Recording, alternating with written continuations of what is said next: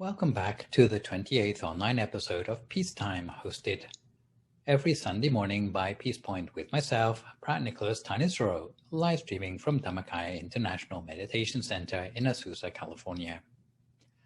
Today's session will be about an hour and 10 minutes long and will consist of a 25-minute talk and 20 minutes of meditation, finishing up with 25 minutes of conclusion, answers to viewer questions submitted in advance, and news updates.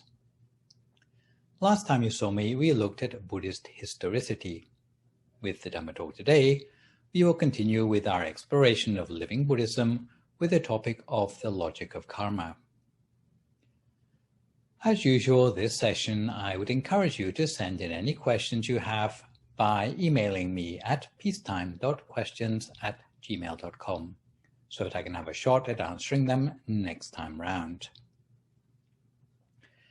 In the last two sessions, I have described connections not traditionally made in science, for example, the connection between the quality of mind, life, and the environment. In this session, we will start to look at a further invisible connection between mind and coincidence, as described in the Buddhist logic of karma, and whether there is something that can be done to leverage this connection within the Buddhist understanding of salvation.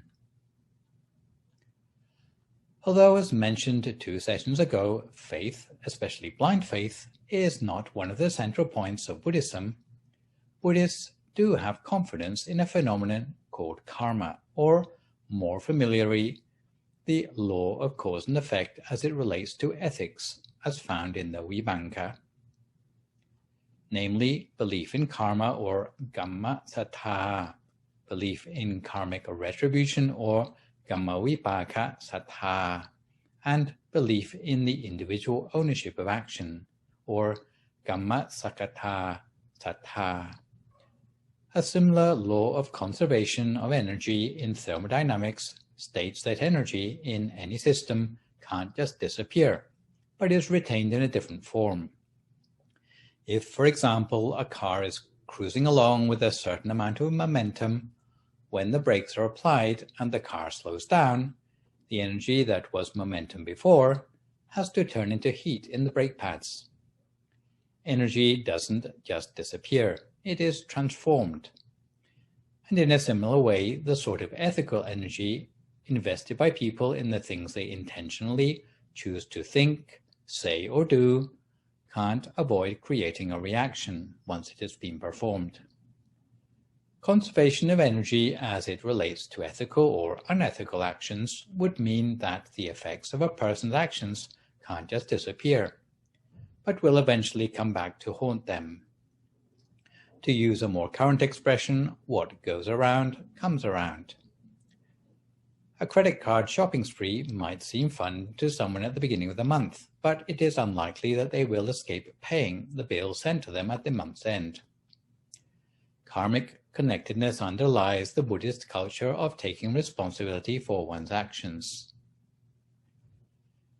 A Buddhist definition of karma would mean the principle that wholesome intentional actions, words, and thoughts will sooner or later lead to wholesome outcomes for the doer. Unwholesome intentional actions, words, and thoughts will sooner or later lead to unwholesome outcomes for the doer. The case where unintentional actions might lead to retribution are discussed in this session, and there are also exceptional cases where karma may fail to give an outcome. Karma is also included in the vocabulary of other dharmic religions and has even found its way into the English dictionary these days. But the definition might not exactly match the way it's used in Buddhism. In the swinging 60s, if someone was having a bad day, people such as Bob Dylan would comment that they were having a whole lot of karma to burn, as if there were a black cloud following them around, like something outside their control and generally negative. However, in Buddhism, the word karma has the much simpler meaning of intentional action or action with consequences, rather than meaning the outcome or retribution of the karma, which would be termed Dhamma vipaka. Coincidences that happen to a person in the present are the result of their choices in the past, whereas choices they make in the present will affect the coincidences or outcomes awaiting them in the future, although it would appear from the scriptures that only certain proportion of things that happen to a person in life are attributable to their previous actions. So people shouldn't let belief in karma become fatalism, because firstly, people have a choice about what they do, and secondly, according to the discourse to Molya Sivaka in the Samyutta Nikaya, things may happen to us because of seasonal changes, disruptive circumstances, bile, phlegm, or the intervention of another person, as well as the fruition of one's individual karma. Although, as we have seen from the previous session, even the circumstances in our environment are, to some extent, deserved by us. That the results of actions return to the doer is common sense. If person A punches person B on the nose, person B will not just forget about it. Someday, when person A is walking along the road, person B will probably want to come and punch them back. Even if person A were absolved of their act of violence in a confessional, it won't reduce the smarting nose or the dinted pride of person B. For the karma doesn't just go away that easily. For Buddhists, and for the effects of deeds to be nullified suddenly by absolution makes little sense. Furthermore, if person A punches person B on the nose, the way karma works is that it tends to pay the deed forward. It might not be person B who eventually punches person A back. In fact, that person A has at some time harbored an intention sufficiently negative towards someone else in the world, triggers off something inside person A that will attract punches of others in the future. The mechanism might make sense for overt actions such as the things people do or say. For example, if a parent tells lies and their children get used to hearing those lies, it might be no surprise if they start telling lies themselves, and the parents will eventually become victims of their deceit. What comes as a surprise to most people concerning karma is that even mere thoughts and states of mind can have karmic outcomes. If a person habitually harbors anger, it will attract certain dispositions into their life, where they are going to be angry more easily in the future, and thereby they will be thought about angrily by other people. Some people think that things happen by coincidence, because they can't identify the connection between things they've done in the past and things that are happening to them in the present. Buddhists would remind them not to forget that in the past might include previous lives that are beyond their immediate recall. Where the logic of karma in Buddhism becomes more complex than merely just the justice of the universe, it is important to grasp how karma can sometimes lead to disproportionate outcomes. Some small actions produce huge results, whereas some seemingly major actions produce negligible outcomes.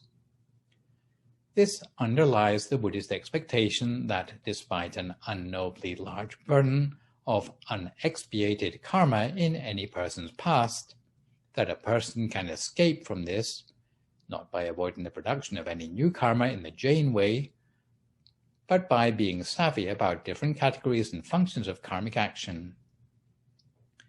In Buddhism, there are a lot of different ways to analyze the workings of karma, and we will analyze karma according to the Visuddhimagga and the Abhidhamma Sangha commentaries in 4 different ways.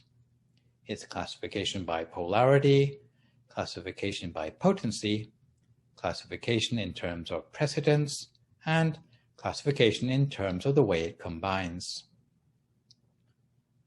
So let's start with the classification of karma in terms of its polarity, which means to say whether karma is positive or negative. The positive side of karma is generally referred to as wholesomeness. In Buddhism, to avoid judgmental connotations, good karma is generally termed wholesome or positive, whereas bad karma is generally termed unwholesome or negative rather than sin or evil. Examples of being wholesome might include being kind or compassionate to someone else. If they have some sort of compassionate intention which comes out in something they say or do, then the fruits of that karma will come back to them in a positive form. If a person does things which are unwholesome, for example, speaking to people rudely, it will tend to come back to them in a negative way. There are also forms of karma that are neutral, which have no particular polarity. For example, pacing the room or twiddling your thumbs, which have no particular karmic consequences apart from lost time. In summary, the three basic polarities of karma comprise positive, negative, and neutral. Sometimes they are color-coded respectively as white, black, and gray. Most importantly, whatever sort of karma a person cultivates, it will come back to them and not someone else, with the same polarity. A person reaps what they sow. That is, if they plant corn seed, then they will reap corn rather than carrots. The second way of categorizing karma is in terms of its potency, because sometimes outcomes of karma seem disproportionate to the actions that caused them. There are three things that affect potency of karmic outcomes: the amount of effort, the strength of intention, and the amount of gratitude or ingratitude involved. To take the example of killing, the amount of effort invested in the act of killing will dictate the strength of the karmic fruits of that action. To kill a fly would be karmically less bad than killing an elephant, since killing a fly is a lot easier, requiring nothing more than a fly swatter or a rolled-up newspaper. To kill an elephant, however, may require days of planning and specialist equipment. For this reason, the potency of karmic outcome is in proportion to the amount of effort someone has to invest in an act of karma. A second consideration which makes an act of karma potent or otherwise is the strength of the intention behind the act. Karmic retribution from an act is proportional to the doer's strength of intention. If a person does a good act of karma in spite of a major obstacle, the fact that they have managed to follow through shows that they must have had a particularly strong intention to do that deed. Supposing a person likes to take a meal to feed the homeless on a weekly basis. If they have made up their mind that they're going to take up this plate of food to the homeless shelter, whatever it takes, but there is no traffic on the road and the sun is shining, they will amass a certain amount of good karma for themselves. However, if on a particular day it happens to be blowing a hurricane and they had to put their life on the line, traveling through flood and high water to deliver the meal, the amount of food is the same as before, but owing to the greater obstacles they had to overcome intentionally, in the latter case, the amount of good karma accrued will be much greater. On the other hand, if a person's motivation for doing the deed is tainted with selfishness, perhaps wanting to be seen to be helping others, or having a TV crew follow them around when they're doing charity work, that person would accrue a mixture of good and bad karma. If that person were able to do the same good deed in a way that wasn't tainted with selfishness, it would produce better karma. In Thailand, there is a Buddhist saying expressing half-hearted admiration for people who like to stick gold leaf on the back of the Buddha statue. That it means to pay respect to the Buddha, choosing a place no one else will see it. Some people start out doing good deeds for reasons that are not entirely wholesome, like children who are bribed with candy to study hard rather than being motivated by success in their exams. In many Buddhist temples, the names of major benefactors are engraved on conspicuous wall plaques. Some might ask whether that spoils their good karma. But for entry-level good karma, such deal sweeteners, can make a difference between doing a nominally good deed or doing no good deeds at all. it to be expected that at some time in the future, when the sponsors delight in the goodness for its own sake, they would no longer care about conspicuous recognition. Those who have been attending a temple for many years might not care about whether they have been acknowledged or not. Buddhists generally consider it wrong to expect something in return when doing good deeds, particularly something material. Nonetheless, an ill-considered deed that fails to amass any good karma would defeat the objective for the doer. Consequently, Buddhists consider that it's unnecessary always to do good deeds secretly by always putting the gold leaf on the Buddha's back, or in a more biblical context, such as Matthew 6, verse 3, and not to let the left hand know what the right hand is doing. The final thing which affects how potent the karma might be is the amount of gratitude or ingratitude an action expresses. A dog which bites the hand it feeds would have worse karma than the one which bites the hand of a stranger, because the former action also expresses ingratitude. Old-fashioned thieves used to have certain standards of decency. If they had ever been treated nicely in someone's home, they would never consider going back to rob the place. The amount of gratitude or ingratitude expressed affects the potency of the karma amassed. These three factors explain why even two karmic actions that are apparently equal, like, let's say, donating $1, can have outcomes that are very different, yielding $1,000 worth of outcomes or perhaps nothing at all.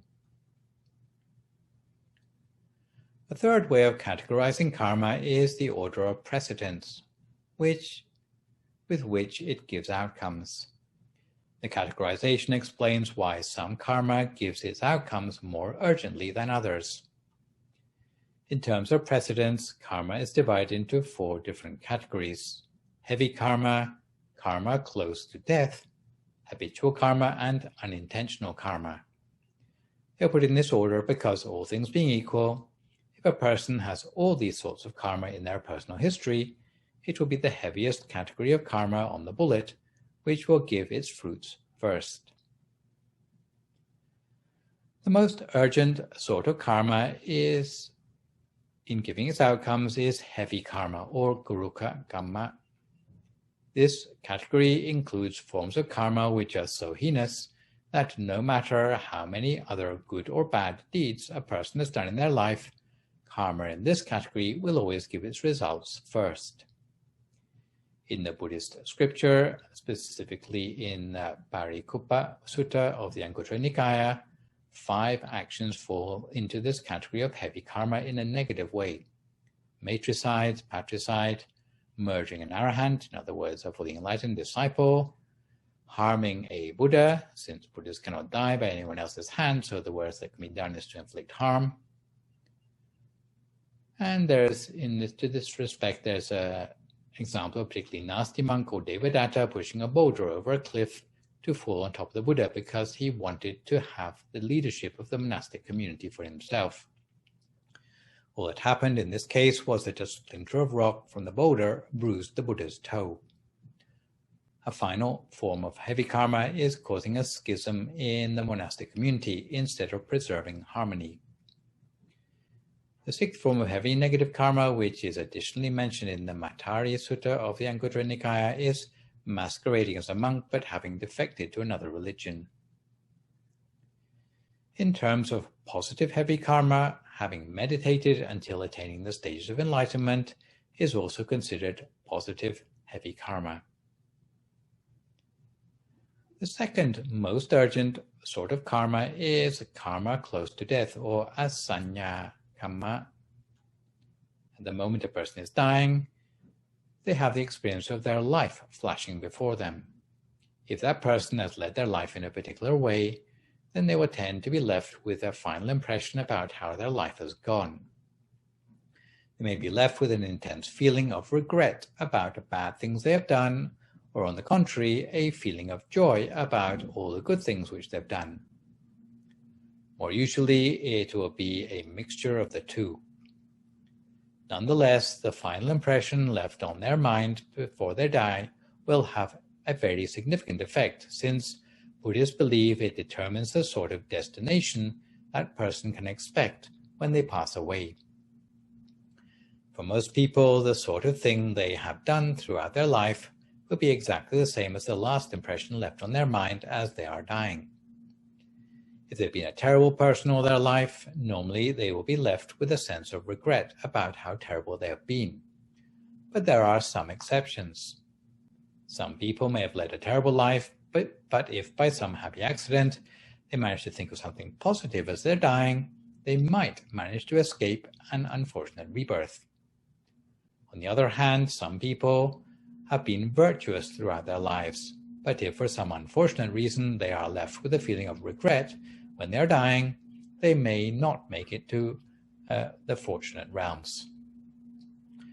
The third most urgent form of karma is habitual karma, known technically as bahula kamma or ajina kamma. If a person has committed a karmic action on a one-off basis, whether good or bad, it will not be particularly influential because it may just be a mistake. Normally, a single action would not do much to change the course of a person's destiny. However, if that person does the same karmic action habitually, it will become much more urgent in giving outcomes. This principle works both in good and bad ways. If a person had only smoked a cigarette once in their life, it wouldn't count for much. However, if it becomes a regular habit where they are smoking 60 a day, the whole of that person's consciousness will be caught up with the act of smoking the whole of the time. It would become a much bigger factor in affecting their future. By the same token, if a person does good deeds on a regular basis, it will become much more urgent in bringing good karma back to them than good deeds done on a one-off basis. There are many aspects of Buddhist practice which emphasize incorporating positive activities into daily routines, whether it be meditation, chanting, being generous, or keeping the precepts. When Buddhists cultivate these practices on a habitual basis, they are motivated by the assumption that this makes the good karma much more likely to give an immediate outcome. The fourth and least urgent sort of karma is unintentional karma, or katata vapana kamma. Up to this point, for an action to count karmically, it needed to be intentional. However, in the absence of any more urgent karma, it may be the case that unintentional karma comes to the fore. Normally, the mistake of running over a cat, which had gone to sleep under a parked car, would not unduly influence the driver's karmic history. But if that person hadn't bothered checking before driving away, they leave themselves open to recklessness that might cause that karma to arise. Unintentional karma is always the last in the order of precedence. To give you a quick story to illustrate how unintentional karma can affect people, there was once an old monk who didn't have very good eyesight, and he was sewing his robe, and as he was sewing his robe, because he couldn't see very well, the needle pierced a louse which was in his robe, and it died. However, before it died, it harbored ill will and vengeance on its mind against the monk who had killed it. Unintentionally, of course. The monk didn't know anything about this at all, and as time went on, this louse had come to the end of its bad karma of being reborn as a louse, and it was reborn instead as a human being, but not in a very high stratum of society. It was born as a hunter. One day, when this hunter had grown up to adulthood, he was coming back from a working day in the forest with a spear. What did he see but a line of monks coming in the opposite direction? He thought to himself, "Oh, here are monks who are people like I am. Every day they do nothing but good deeds. How about me? I'm a person who every day of my life does nothing but bad deeds by killing animals in the forest. There's not one day of my life which I manage to keep even 5 precepts."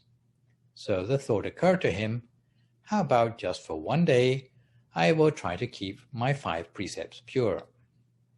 At least I will have something good in my personal history which I can think about when I'm dying. So with that thought, he discarded his spear into some bushes. Unfortunately, behind that line of bushes were some other monks. The place where the spear landed was impaled through the chest of one of those monks. Can you guess which monk it was? Well, exactly the same monk who was short-sighted, who had been sewing the robes in the hunter's previous lifetimes at Laos. Just as the monk had caused an unintentional death, he suffered an unintentional death himself. In such a case, all we can try to do is to avoid a similar fate, is to avoid being careless, to avoid doing unwholesome actions even unintentionally. A fourth and last way to categorize karma is to describe the way karma works in combination. It is a further categorization which explains why karma cannot be treated simplistically. Often newcomers assume that a single act of karma will cause a single act of retribution, but this is very rarely the case. Karma often combines to give collective outcomes. If a person's behavior has a mixture of good and bad deeds, then the unexpiated good and bad karma form two separate accounts. Supposing there is a person who is nice to others only for selfish reasons, the good part of their behavior is stored up in the positive account, but the selfish intention goes into the negative account. The good and bad parts don't cancel each other out. However, sometimes the positive and negative aspects of connected or separate karmic acts might come back to a person in combination, giving another 4 categories by which to understand karma. The first role karma can have in combination is main retribution, or janokam. Sometimes karma can be the main force in a combination of actions, giving its retribution, the outcomes of which will be modified by the retribution of lesser acts of karma. For example, a person who's done a lot of meditation in their past, when they are reborn as a child, will ensure that that child is intellectually gifted as the main retribution of the previous meditation. The second role karma can have in combination is consolidating retribution, or upatambaka kamma. Consolidating retribution combines with main retribution to double down in the same direction. Supposing, apart from having a strong habit of meditation, the same person was often benevolent in a previous life. The good karma of benevolence can consolidate the main karma which concerned intellect. For example, a child born gifted might have their educational results boosted still further by attracting scholarships, going from strength to strength because they have talent but also the opportunity to further their education. The third role karma can have in combination is opposing retribution, or upabilaka kamma. Opposing retribution combines with main retribution to reduce the effect of that main retribution. To modify our previous example, suppose apart from having a strong habit of meditation in a previous lifetime, instead of often being benevolent, that person was often stingy. In the present lifetime, if they apply for a study scholarship, they might be consistently passed over and lose the opportunity to further their education. In this case, the main retribution will be their meditation in the past life, but as this has been obstructed by the karma of their stinginess, their gift of intellect is not brought to fruition. The fourth and final role karma can have in combination is terminating retribution, or upakataka kamma. Terminating retribution acts to cut short main retribution in its tracks. This is concerned with the length of life a person has to receive the fruits of their karma. Everything may go swimmingly in their life, which means good main retribution, but they may have just a short life, which generally means terminating retribution of having broken the first precept. Their life might be curtailed by an unavoidable accident at an early age, suddenly bringing to an end an otherwise idyllic life. In the case of those who are aware of negative karma they have accrued in their past, the Buddhist prerogative is to turn over a new leaf rather than dwell on our past, and to make sure our present is filled with habitual positive deeds that are likely to give their fruits higher up the order of precedence. The subject of dealing with old bad karma is dealt with in more detail in a future session. In other words, the principle of dilution rather than absolution. So I'll come back to an example of terminating retribution from the scriptures in just a moment. But before we go further, let's take the opportunity to settle ourselves for 20 minutes of meditation. If you would like to find a comfortable sitting position for yourself now as you listen to my guidance.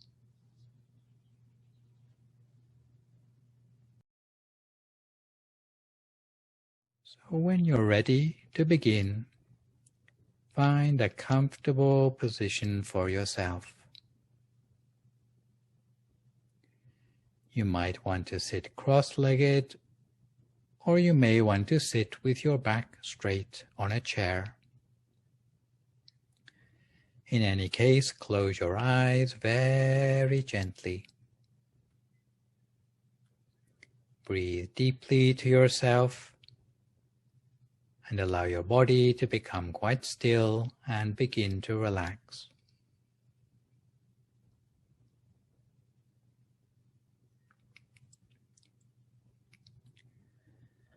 Become aware of any tension you're holding anywhere in your body.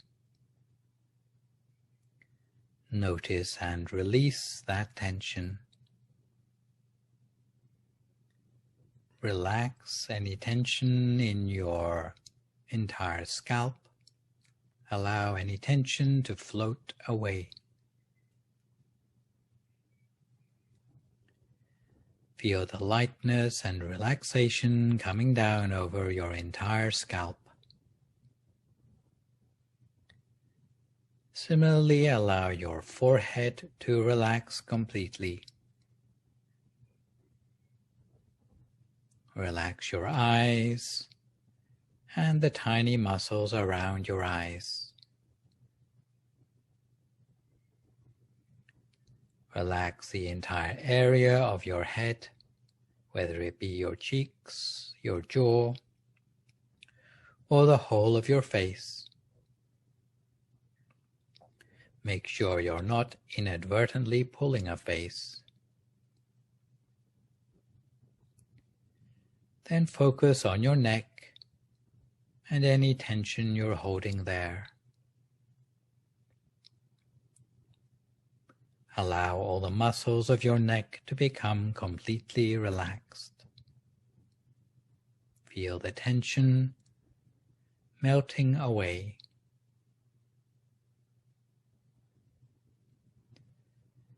Now allow this relaxation to continue down to your body, through your shoulders, relaxing them and melting away anything that keeps you from total relaxation.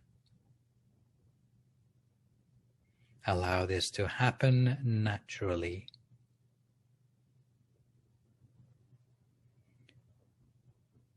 This scanning of the body for relaxation will become second nature as you become more familiar with the practice.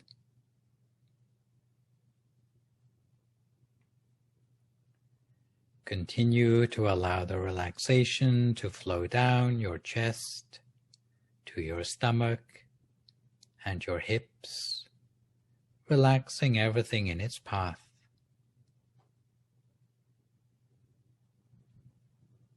Now become aware of all the muscles of your back. Allow the muscles to become totally relaxed and limp, freeing all stress and emotions held there. Feel how comfortable your entire body becomes.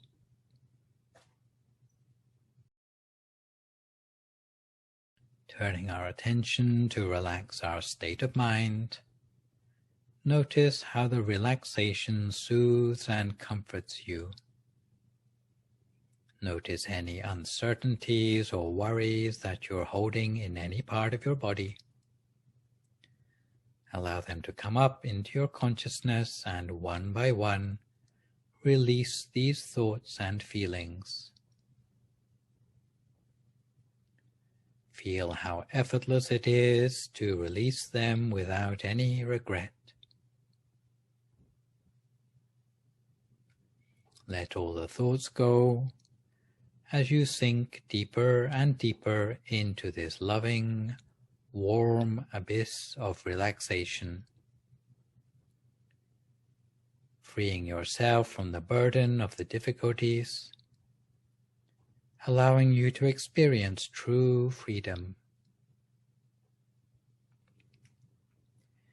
You begin to feel light, peaceful, and calm,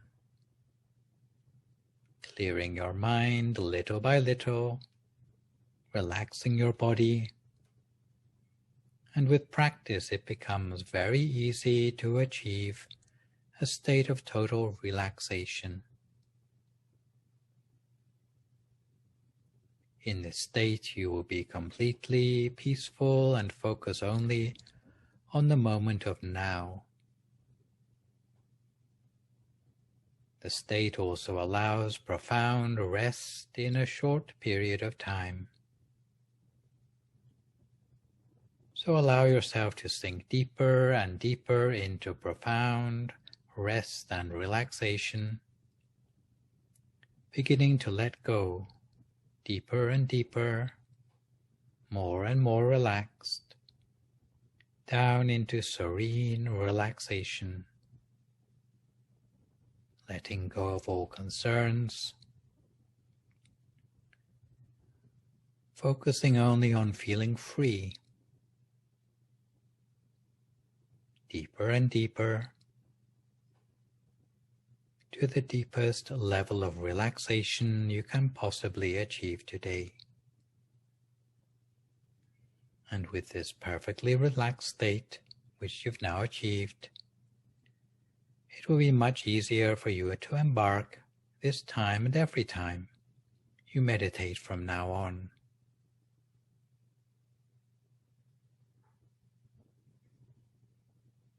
So now we turn our attention inward in our usual way, as if inside our body is just an empty space, with no organs or tissues, muscles or bones, like a hollow space inside us. And in our mind we conjure up a feeling of the positive energy in our life, or feeling of empty space within us, filled with happiness and joy. And we imagine a bright, clear object like a shining sun, a star, maybe a diamond or a full moon, or a feeling as if such an object is present inside us, floating slowly downwards until it comes to rest somewhere round about the very center of our body. If anything distracts our attention away, we bring our awareness back to this central point each time. If the picture or feeling disappears, we can conjure up a new one. If thoughts return, we do our best to ignore them.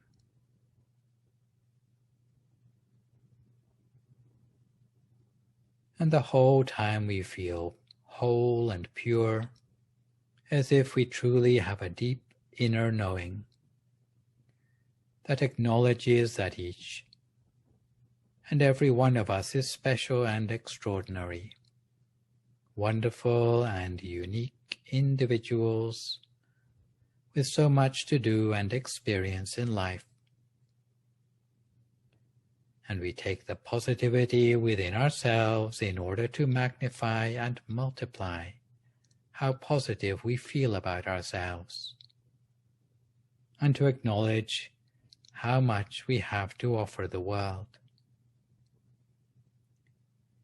If we are able to live up to our full potential and love ourselves completely, we can be the person we truly are in life, almost as if we wanted to start afresh and make our life into something wonderful, with a new feeling of peace and happiness, putting our past behind us, as if we're ready for something new and exciting, as we find that each day brings wonderful opportunities and happiness, as we start to put ourselves in touch with our own potential and beauty, as we live our lives authentically, as we are comfortable with ourselves, as we realize we don't have to try to be someone who we're not, because in any case we are special.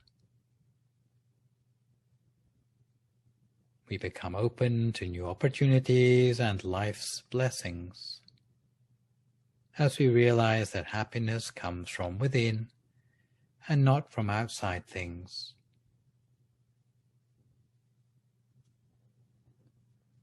And we realize that although other people may offer a lot to us, but none of them can ever force us to feel or be or think anything we don't choose for ourselves.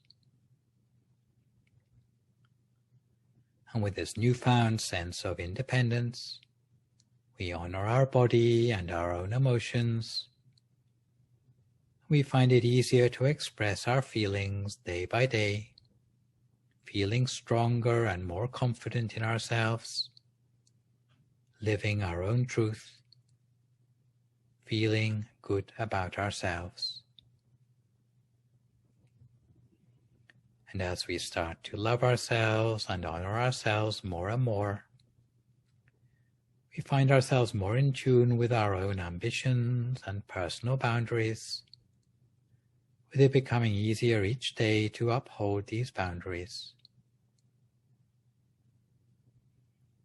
If we have things in our past that we're not so proud of, we can put these things behind us. We let go of our past as we turn toward a new day of excitement, opportunities, and happiness waiting for us. We don't let our past hold us prisoner, but we switch up to a future of happiness, joy, and abundance, generated by this positive energy of wholesome thoughts, speech, and action inside us, something known as merit, that in turn is generated by all the choices for the best things in our lives.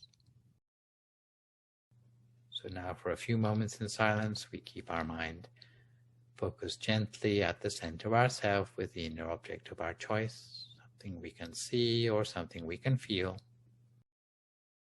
Each to our own practice now for a few more moments in silence until we come to the appropriate time.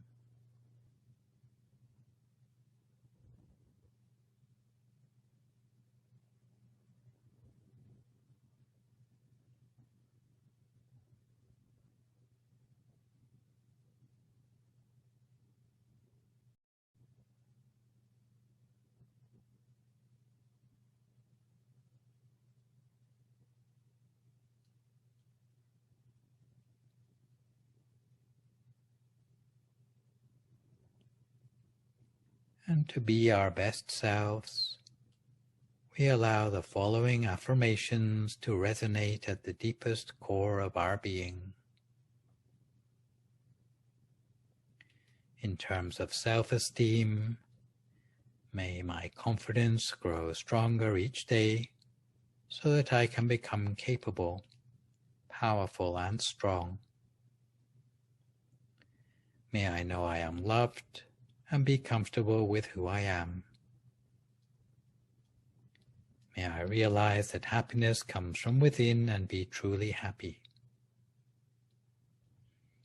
May I be in harmony with myself and choose to focus on good thoughts that move me towards success. May I honor myself, my feelings, my body, and my emotions, and be respectful of my own personal needs and boundaries. May each new day bring me excitement at new and wonderful opportunities. May I realize I am worthy and deserving of all good things. May I realize I am essentially a beautiful and a powerful individual.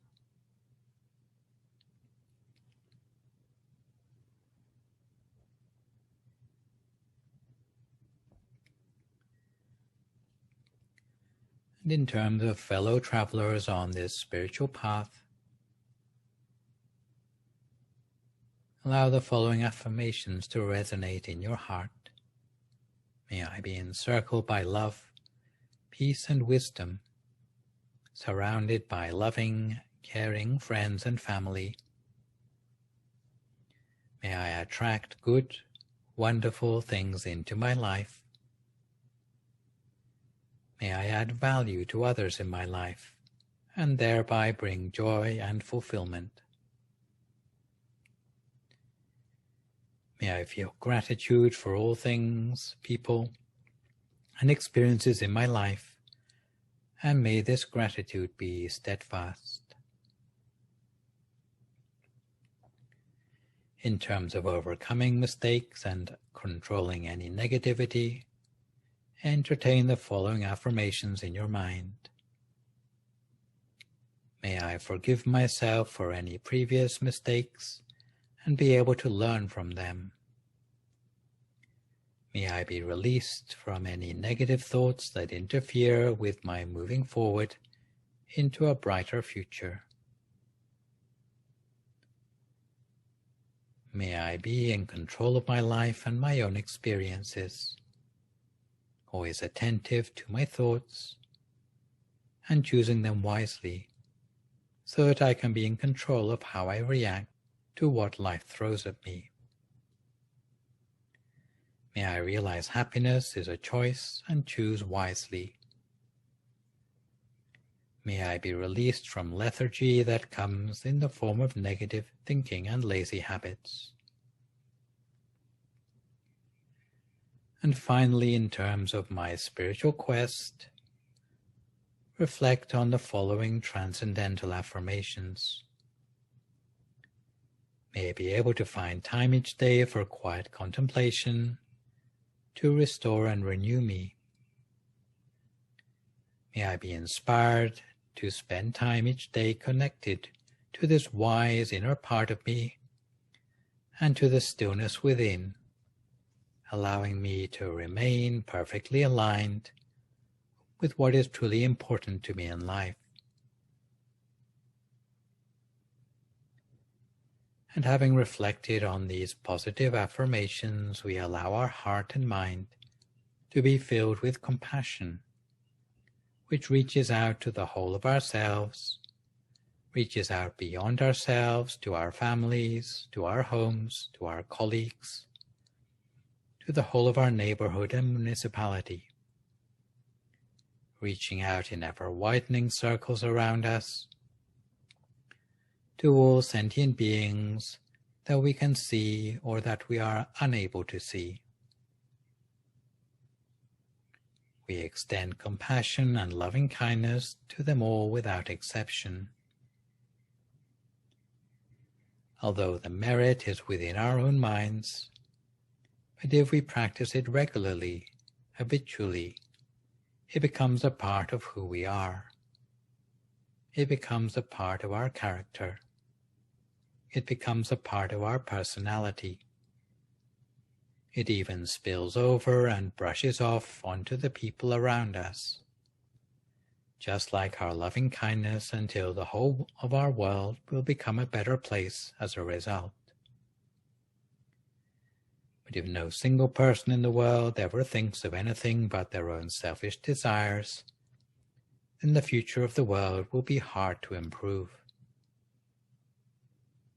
But if each of us cultivates the best in our lives, chooses the best of intentions, words, and actions, before long the world will be turned around into a place that's more welcoming, abundant with opportunities, even for those around us who have less knowledge about merit energy than ourselves. So we focus on our meditation in this way, making our own wishes for ourselves or others for the last few moments of our practice together in silence.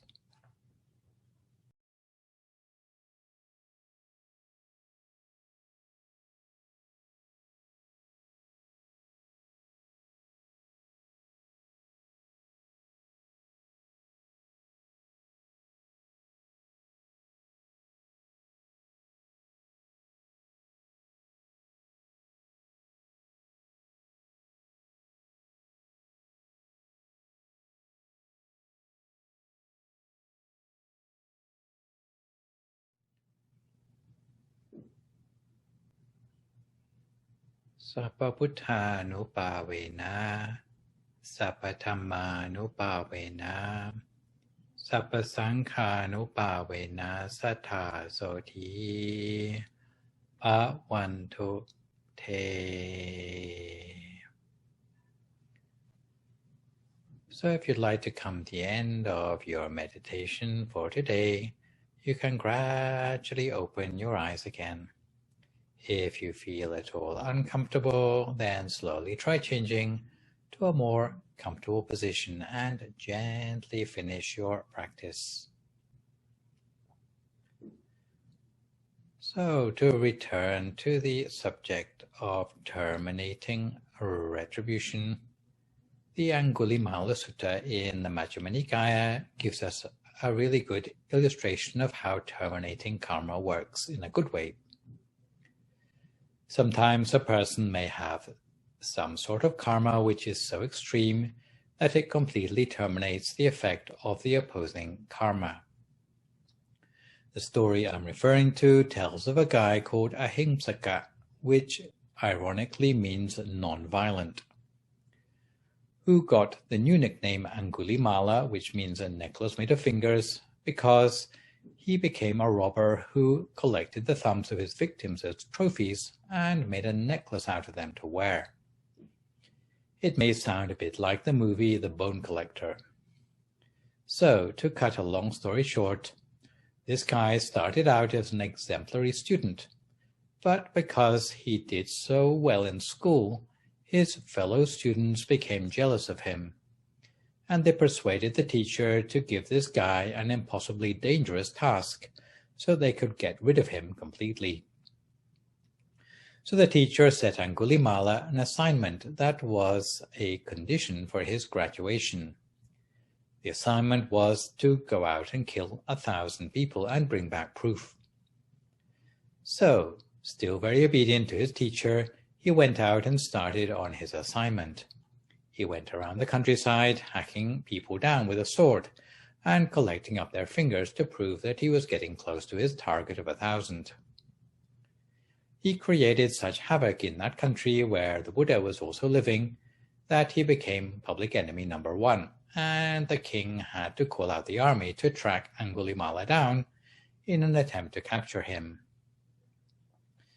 Each morning, the Buddha would habitually meditate and to try to find out who his teaching could help the most that day. That morning, when the Buddha was meditating, within his meditation, he saw Angulimala was going to be tempted to kill his own mother for the 1,000th finger, which he needed to go around his neck. What we now know about killing one's mother is that it is heavy karma. If he commits an act of heavy karma, then he is going to be swallowed up by the earth, or his head is going to be split into 7 pieces or something worse. He would be beyond help even by a Buddha. So the Buddha had to find a way to intervene, to stop him killing his mother, so that he could still have some hope of salvation, because what the Buddha had seen in his meditation was that this guy, Angulimala, in spite of his crimes, had the potential for enlightenment. So the Buddha went to Angulimala and appeared between Angulimala and Angulimala's mother. His mother was actually coming out to warn Angulimala that the king and the army were on their way. She didn't want her son to be captured by the king. When Angulimala saw the fingers of the Buddha were special, all the same length and very beautiful, he forgot about his mother completely. He thought, this sort of finger will make a great finishing touch to my necklace. So immediately he set out running after the Buddha, brandishing his sword above his head. The Buddha appeared to Angulimala, walking slowly away from him. But no matter how fast Angulimala ran, he could never catch up with the Buddha, who seemed to be walking at a very slow pace in front of him. Until eventually Angulimala was so covered with sweat and so irritated that he called out to the Buddha, "Stop, monk, stop." So the Buddha said to him, "But I have stopped. It's you who have not stopped." Angulimala said to himself, "This can't be true. I've been running as fast as I can, and I still can't catch up with him. How can he say he's stopped?" The Buddha knew what he was thinking and continued, "The reason why I say I have stopped is because I have stopped doing evil things. I am beyond doing evil things. But you have not stopped. You are still killing people. You are still caught up in aggression." These words struck a note with Angulimala, and he suddenly realized how mistaken he had been since he had started his assignment. He threw down his sword and asked the Buddha for permission to ordain as a monk. The Buddha allowed him to do this, and within a very short period of time, even though his main or principal karma was killing 999 people, which is quite serious karma to say the least, but not quite heavy karma, because he didn't kill his mum, he had the extremely good terminating retribution of having become enlightened as an arahant, which put an end to any form of retribution which he might receive as a result of the aggressions which he had done. Since he wasn't going to be reborn anymore because of his terminating retribution, you could say that he got away with it. It is like having no forwarding address to send the credit card bill to. In fact, he did have a bit of bad karma. People threw rocks and stones at him every time he went for his alms round, because they still remembered how bad he used to be, and his bowl was broken. So he did have some karma coming back to him, but it was much less than normally we would expect for someone who had wreaked so much havoc throughout his life. So this is an example of how terminating retribution can work. If it wasn't possible to break free of our past, then it would be a bit of a waste of time practicing Buddhism. But the Buddha explains that it is possible to make a break with our past, no matter how bad it might be. It's just a question of time. So let me finish up with a few reflections about the way the logic of karma should be understood. The first advice on the logic of karma is that we need to apply karma with compassion. As we've seen, even without considering effects of karma across lifetimes, karma can be categorized in 14 different ways. Karma is something that on the surface looks easy to understand, but how easy it is to get it wrong was brought to the media limelight in 1999 by a public figure, the soccer coach of the English national team, called Glenn Hoddle, who used his understanding of karma, seeing as he'd just recently become a Buddhist, to claim that the mentally handicapped only have themselves to blame. Even if karma might lead a Buddhist to suspect the causation of a certain sort of retribution, they should remind themselves that karma is intended to be used as a predictor, so that Buddhists can make better choices about the things they think, say, and do in the present time, in order to make their future brighter, and be able to avoid doing things in the present time that will be able to prevent them from experiencing regrets in the future. The predictive quality of karma is the reason the Buddha taught it. He didn't teach karma so that Buddhists could attach blame to someone who is experiencing bad luck in the present time and add insult to injury. Thoughtless application of the logic of karma, such as that of Glenn Hoddle, lacks the tact and compassion that is usually the hallmark of Buddhist values. In practice, although Buddhists might know at the back of their mind the sort of karmic acts that cause people to have problems, they should use such knowledge to warn themselves against unskillful actions of their own, not to judge other people. Karma is thus designed to be a forward-pointing arrow, to lead people to make better choices in their present, to design their own future to be a brighter one. The second misapprehension newcomers often have is that karma is supposed to be fair. Despite the appeal of fair play in all things, it should be pointed out that often karma does not seem to offer a nice or fair learning experience. The Buddha cannot be blamed for this, as he always positioned himself as a discoverer of the nature of reality rather than its designer. He described patterns of causality that already existed long before he arose in the world. Buddhists see karma as an existential state to be worked around. At the very least, given a proper understanding of karmic dynamics presented in Buddhist teachings, karma appears to be predictable. If a person knows how karma works, they can minimize suffering at the hands of karma by trying to make ethically better choices. Karma can be nasty because sometimes the consequences can seem to be out of proportion to the karmic deed that triggered them. Karma can therefore appear cruel by the nature of retribution that seems to come from seemingly trivial actions. The way karma works only appears unfair in the absence of an awareness of the bigger picture, especially the karma a person brings with them into the world at childhood. Although negotiating karma without recklessness may seem precarious, it is possible for a person to turn karma in their favor. Even bad karma, like a heavy stone that usually sinks to the bottom of an ocean, but loaded into a well-designed ship and carefully steered, can be brought safely to the far shore of enlightenment. And lastly, it's worth pointing out a few points about the phenomenon of collective karma. Although karma is generally individually caused and expiated, there are cases where whole communities appear to experience karmic retribution en masse. Sometimes this can be karma by association. Sometimes it can be because people with similar karmic track records gravitate to live together in the same place or country. Thus, natural disasters take a toll on the whole population at once. Sometimes even the karmically innocent are drawn into danger as bystanders. Where karma seems to affect whole countries, it can be also caused by passive assent to the karmically negative policies of governments that they might not have personally voted for.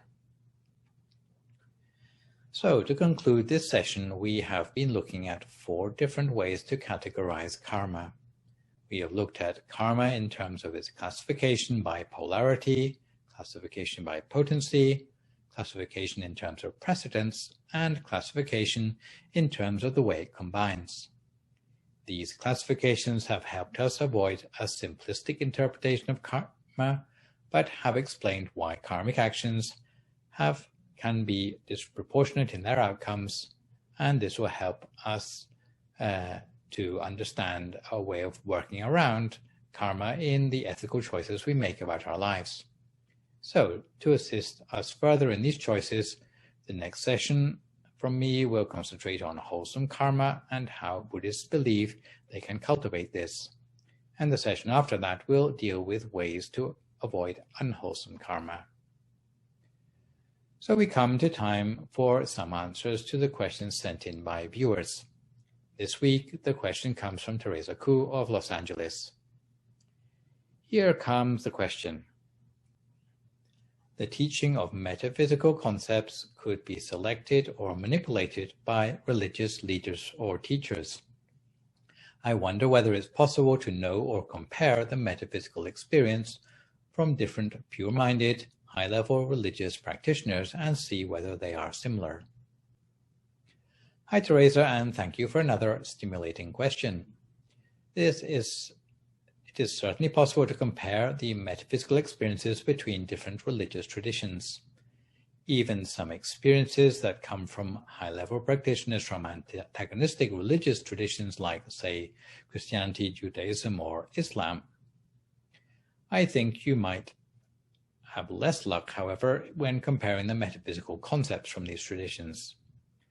For example, I am presently reading an interesting compilation of 15 testimonies from different spiritual and non-spiritual traditions about the phenomenon of inner light from a 1992 book by William E. Williams entitled Unbounded Light, The Inward Journey.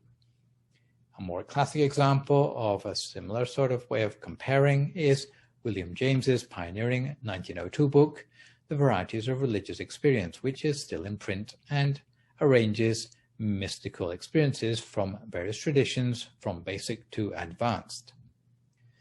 Many of the mystics who describe their experiences were not just charismatics or desperados, but described their experiences at great personal risk to their lives.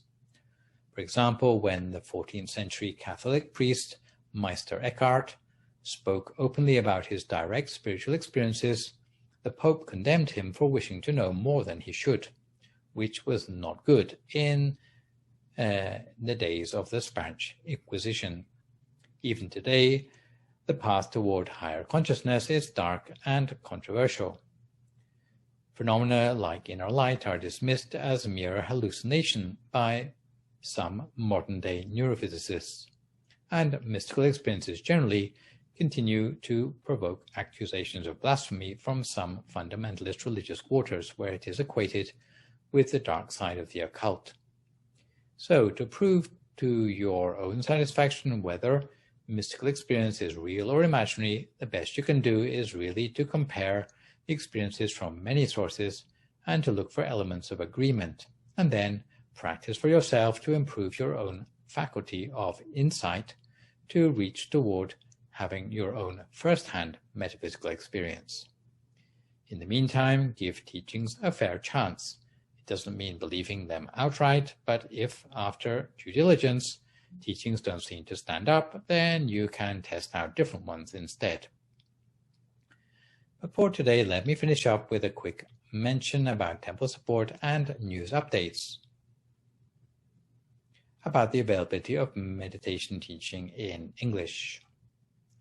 For those of you who like to visit the temple in Azusa to bring offerings, please be informed that despite moving to less restrictive tiers in California's reopening blueprint, we continue to use the new temple site for temple offering in the parking lot next to the main temple building between 10 and 11 a.m. each day.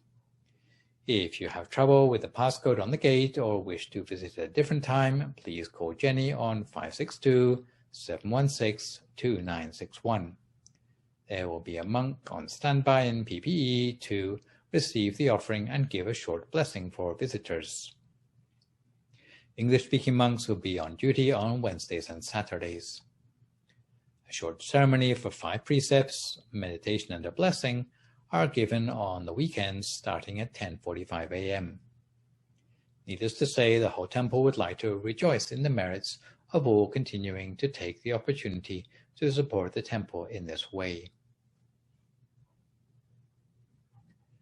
Meditation is particularly valuable in this COVID era to cope with the social distancing.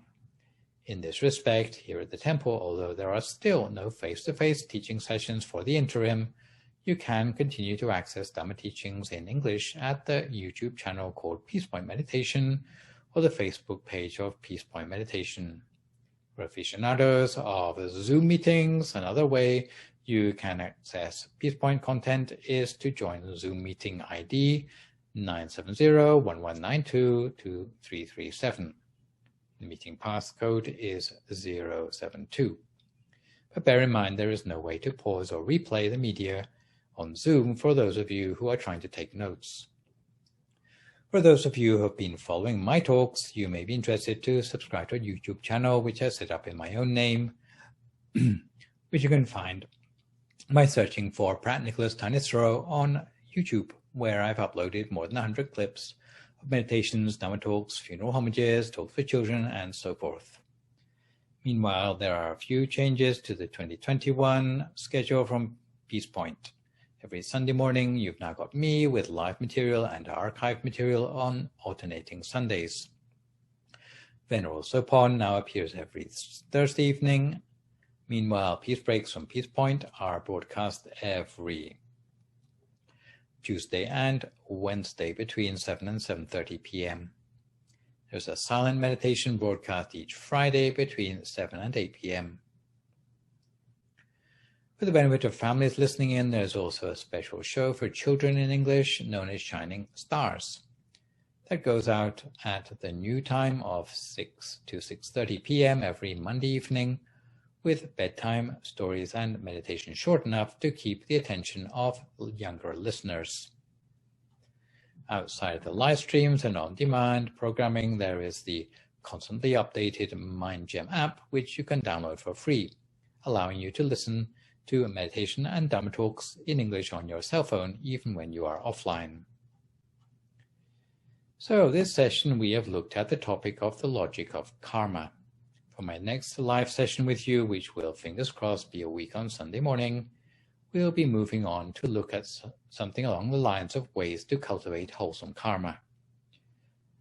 For good measure, I would like to remind viewers that better even than posting thank you or great talk or sadhu in the broadcast comments, you can email your questions about meditation or what you've heard in the lecture to the email addresses you can see spelled out on the slide.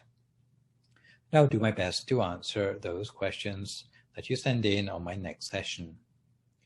In the meantime, try to stay healthy, avoid recklessness or complacency in the face of the virus, maintain a positive mood, speak only positive words, forgive others, extend good wishes to others, and meditate daily. Hopefully, as a result of today's session, you will now be able to have a clearer understanding of the way karma works so that you can avoid jeopardy and make better decisions in your life.